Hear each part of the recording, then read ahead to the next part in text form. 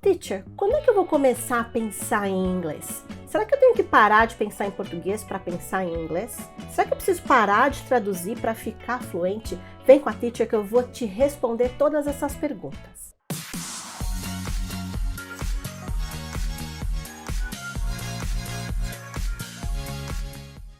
É bem possível que você tenha visto por aí frases sensacionalistas como pare de pensar em português, pare de traduzir, você não é fluente porque você traduz. Essas frases te tratam como um robô, como se você tivesse um botão que você apertasse de liga e desliga. Liga para pensar em português, desliga esse botão, começa a pensar em inglês, para de traduzir. Só que o ser humano não é assim. Qualquer pessoa que te diga isso tem pouco ou nenhum conhecimento sobre como nós, seres humanos, aprendemos uma língua estrangeira. E nesse vídeo eu vou te explicar direitinho como é que acontece isso para que você se sinta mais livre e confiante para se comunicar em inglês. O nosso primeiro ponto é a língua portuguesa é uma ponte para o inglês. Se você é adolescente ou adulto e está aprendendo inglês, isso quer dizer o quê? Que a língua inglesa é uma língua estrangeira. Então você vai utilizar sim o repertório daquilo que você conhece, que é a língua portuguesa. Já mentalize e imagina que o português como essa ponte maravilhosa que vai te levar a outros lugares. Quando a gente tem uma língua materna, que no nosso caso é o português, é por meio dela que a gente se constitui como indivíduo e é por meio dela que a gente constrói a nossa cognição. Nossa, a Teacher falou bonito, né?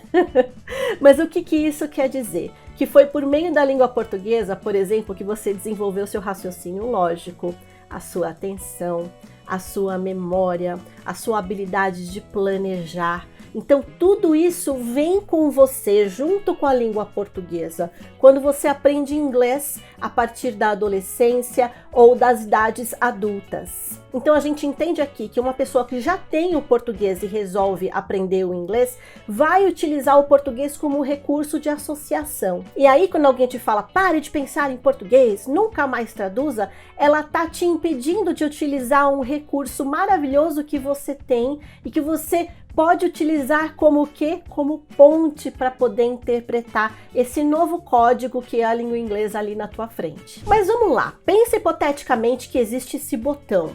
E aí você desliga esse botão para parar de pensar em português e começa a pensar em inglês. Como é que é isso? É mágica? Bom, então eu vou propor um exercício aqui para você. A partir de agora eu quero que você pare de pensar em português e comece a pensar em japonês. Vamos lá? E aí? Rolou? Conseguiu pensar em japonês? Se você não adquiriu esse idioma, se você não praticou, não aprendeu por meio da língua portuguesa, você não consegue pensar nesse outro idioma. Tá vendo como não faz sentido mandar esse comando de para de pensar, começa a pensar e que a coisa não é assim voluntária como as pessoas estão falando pra gente que é? Isso nos leva ao ponto número 2, em que parece que você não está traduzindo, mas você está. Você vai ver por aí sendo difundida a ideia de que se você relacionar uma palavra a uma imagem, você para de traduzir para poder aprender uma outra língua.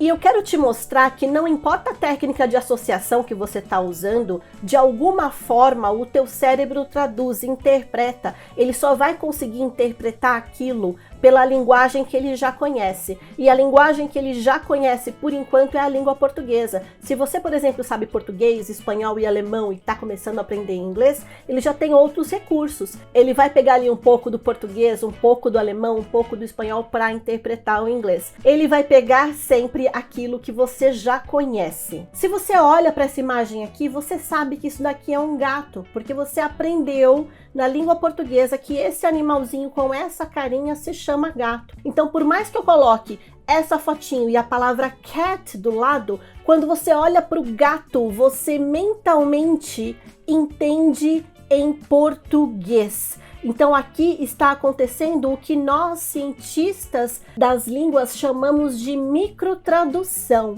Beleza, teacher, eu entendi que de uma forma ou de outra acontece uma tradução, seja essa tradução perceptível, eu falo que cat é gato, ou então eu faça uma associação com algo que eu já conheço em língua portuguesa. Beleza.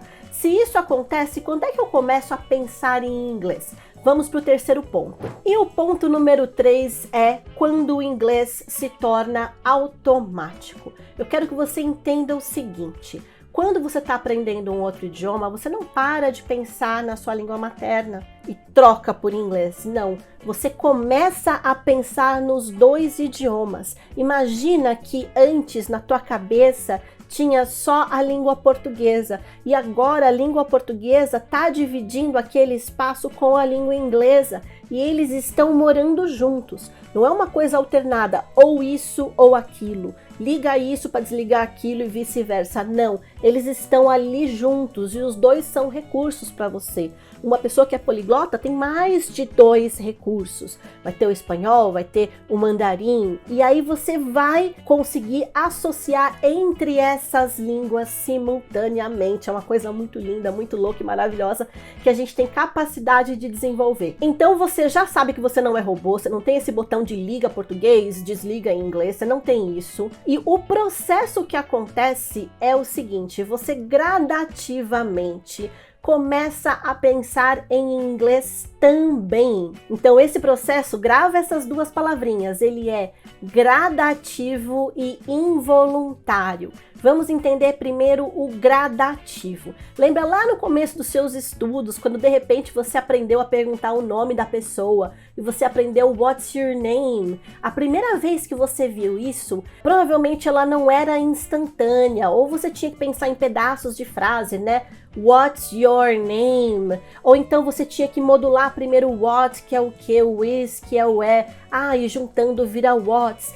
Ou então você tinha que parar para pensar um pouquinho antes de falar a frase. Lembra disso? Depois de tanto utilizar o what's your name, escrever, falar, ouvir e ler várias vezes em contextos significativos, você consegue produzir o what's your name sem precisar traduzir palavra por palavra, porque ele já está internalizado. E a ideia é que aos poucos isso vai acontecer com tudo que você aprende na língua inglesa. E isso só acontece por meio de prática constante e regular. A velocidade com que isso vai acontecer, quanto tempo que você vai levar para desenvolver essa automatização ou internalização do idioma, vai variar de acordo com várias questõezinhas. Eu fiz um vídeo específico explicando sobre elas, vou deixar aqui na descrição. Você entendeu que é gradativo. Agora vamos para a segunda palavrinha, é também involuntário.